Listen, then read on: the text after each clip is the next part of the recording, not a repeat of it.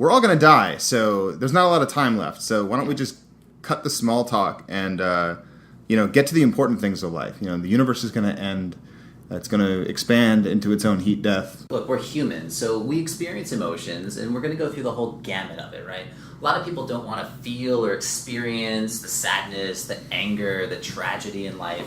But at the end of the day, this is what we're designed to do. This is why we're here. We're here to experience all of it. Without the bad times, you can't really understand what it's like to have a good time. Whenever you're going to do something that is either trying or brand new for the first time, you come up against this feeling of anxiety that has a tendency to stop many people from actually getting what they want. The reality is the future and your past, these are not really things that exist. Memory is something that happens in the present, and your future anxieties are happening to you now. A lot of people say, oh yeah, just live in the present moment. Like, that's supposed to be an easy thing to do. A lot of people say it.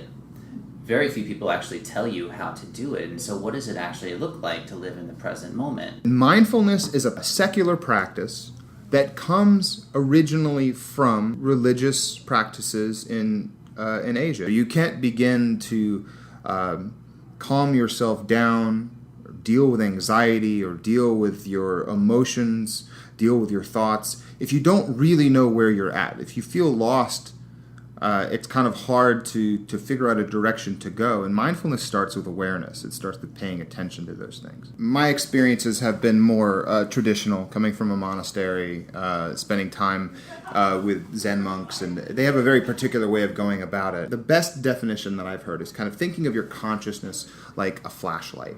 And you can narrow the beam and focus on something small, or you can widen the beam and try to see the big picture. And your ability to choose where you aim the flashlight and at what focus level you want it to be at is a skill. And it's a skill that most people don't practice. And this is really the difference between discipline and self-discipline, is that self-discipline is much, much harder. But it's by far the more useful skill set. And I think it takes people most of their adult lives to learn it. Learning how to have a good relationship with yourself and not be a jerk to yourself every time you don't do what you know you should. Yeah. Or to, be sitting there eating cinnamon rolls and thinking, oh man, these are so good, I'm just going to have 3 more. And your body's just going, no, stop. And you know it's not good for you. Look, we have access to so much information and media in our current day, and it can be very difficult to maintain a balance of mind when we're constantly seeing news about war, news about political strife. How do you rationalize the desire to be well informed and the desire to not go crazy? Yeah, and everything comes down to being a balance. And I think in this instance, it's very important to take care of ourselves. When we give too much of our attention to media sources that are giving us negative news, we're going to begin to feel the impact of that negativity.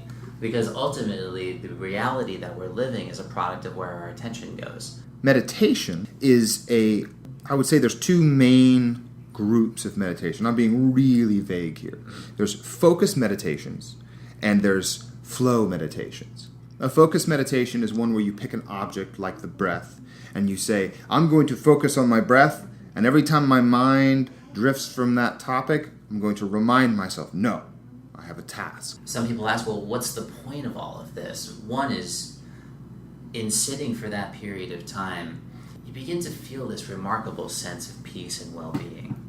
It's as though I'm so aware of my inner world that anything that is going on outside of my inner world is A, not important, and B, could never have any effect on my internal well-being. Go live life, learn what you want to learn, do what you want to do. Don't hurt other people, please. Yeah. And most importantly, be happy.